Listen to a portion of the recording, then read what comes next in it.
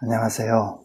창의력의 마지막 시간인 오늘 소개할 책은 루트 번스타인 부부의 생각의 탄생입니다. 워낙에 유명한 책이지만 조금 어려워 보이는 지엽적인 내용을 이해하려 애쓰다 보면 곧잘 핵심을 놓치기 쉬운 책이기도 하죠. 창의성 또는 창조성을 이야기하는 사람들의 핵심은 모두 같습니다. 구슬이 서말이라도 꿰어야 보배라는 말처럼 무엇이 아니라 어떻게의 문제이고 축적이 아니라 연결과 통합과 활용의 문제라는 겁니다. 자세한 내용은 파일을 참고하시고 방송에서는 창의력에 있어서 필수적인 13가지 생각 도구의 개념만 간략히 살펴보겠습니다. 관찰은 지금껏 여러 번 강조했듯이 시청하지 말고 견문하라는 겁니다. 천천히, 오랫동안, 낯설게, 자세히 마음을 다해서 보고 들으라는 말이죠. 창의력은 익숙하고 일상적인 곳 속에서 새로움을 또는 모든 사람이 보는 것을 보면서 아무도 생각하지 못한 것을 생각하는 거니까요. 관찰한 것을 언어나 숫자가 아니라 하나의 사진, 즉 이미지로 기억하는 것이 형상화입니다. SF 영화에서 흔히 등장하듯이 또는 컴퓨터 화면에 특정 창을 띄우듯이 읽은 페이지를 사진으로 찍어서 눈앞의 허공에 짜르륵 띄우는 것과 같습니다. 그래서 형상화를 시각적 사고라고 부르기도 하고요. 이것이 충분히 훈련된 사람에게는 사실 모든 시험이 오픈북 테스트나 마찬가지인 셈이니 학생들에겐 매우 유용한 능력입니다. 여기에서 한 발 더 나아간 것이 이미지에 소리까지 더딥힌 동영상으로 기억하는 겁니다. 그러면 누가 무슨 말을 했을 때 그건 언제 우리가 어떤 일을 할 때 네가 한 말이잖아 와 같은 말을 할 수 있게 됩니다. 관찰한 것 중에서 본질, 즉 핵심만 잡아내고 나머지는 버리는 게 추상화입니다. 본질만 남을 때까지 줄이고 또 줄이는, 즉 요약하는 거죠. 리처드 파인만의 말처럼 복잡한 현상을 걷어내서 단순한 법칙을 발견하는 작업입니다.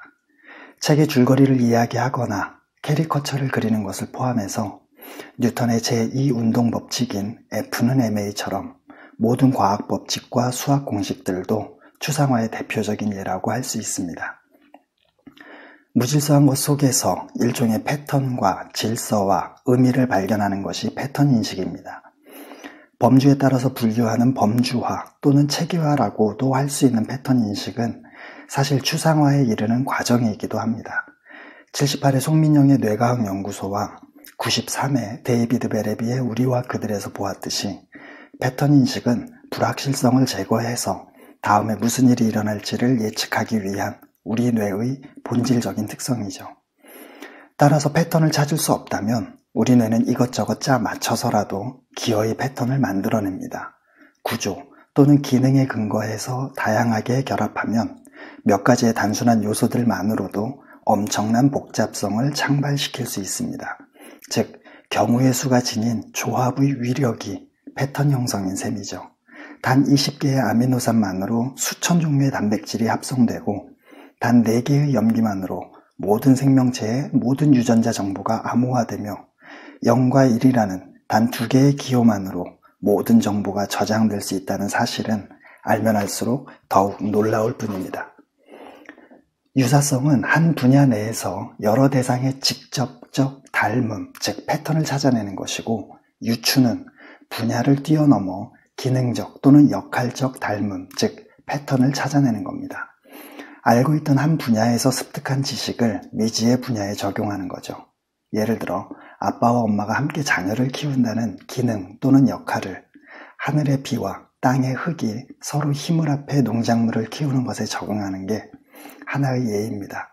이렇게 분야를 뛰어넘으려면 다양한 분야의 기초 지식을 섭렵하는 것이 전제되어야 함은 당연하고요. 눈으로만 보고 학습하는 것과 온몸의 감각을 통해 학습하는 것은 천양지차입니다. 어떤 기술과 운동도 몸을 써서 직접 해보기 전까지는 습득할 수 없죠. 그렇게 온몸의 감각까지 활용해서 학습하는 게 습관이 되면 자연스럽게 타인의 마음 읽기, 즉 타인의 마음이 곧 내 마음이 되는 감정이입이 가능해집니다. 프란스 드발의 말처럼 마음 읽기는 결국 몸 읽기이니까요. 의인화가 이와 비슷하다고 볼 수도 있습니다. 감정이입의 장점은 대상을 훨씬 더 긍정적으로 보게 해서 협동이 필요한 모든 상황을 매우 효과적으로 이끌어갈 수 있다는 겁니다. 알면 알수록 이해하게 되고 이해하면 할수록 사랑하게 되기 때문이죠. 크기나 차원을 바꿔서 생각하는 게 차원적 사고입니다. 평면에 그려진 설계도를 보면서 입체적으로 완성된 건물을 떠올리는 건축가, 평면에 표현된 엑스레이 사진이나 위성 사진을 보면서 사람의 몸이나 지형을 입체적으로 떠올리는 의사나 정보 분석가들이 좋은 예입니다. 2인용 조리법을 10인용으로 바꿔보는 것도 좋고요. 원자처럼 너무 작거나 아니면 태양계처럼 너무 커서 직접 눈으로 보고 이해하기 어려운 상황이나 세계를 이해하려는 방법이 모형 만들기입니다. 흔한 재료를 사용해 축소하거나 확대해서 가장 중요한 핵심만 표현하는 겁니다. 따라서 모형 만들기는 유추와 추상화를 토대로 차원적 사고를 활용하는 종합적인 방법이죠. 왓슨과 크릭이 1953년 DNA의 구조를 밝힐 때 가장 큰 역할을 담당했던 것이 바로 모형 만들기였습니다. 놀이는 호기심을 가지고 즐겁게 기존의 관습이나 절차나 법칙 등을 의도적으로 위반하고 도전해보는 행위입니다. 특정한 목적은 없습니다. 단지 그렇게 하는 과정에서 어떤 통찰을 얻을 수 있지 않을까 하는 기대만 가질 뿐이죠. 안 되면 말고요. 다만 어려운 점은 그런 놀이를 할 수 있을 만큼 충분히 어린아이가 되어야 한다는 겁니다. 이게 왜 어렵냐면 일상의 습관과 당연함을 제거한 채 모든 것을 마치 처음 보는 것처럼 흥분하고 놀라고 감동해야 하기 때문입니다.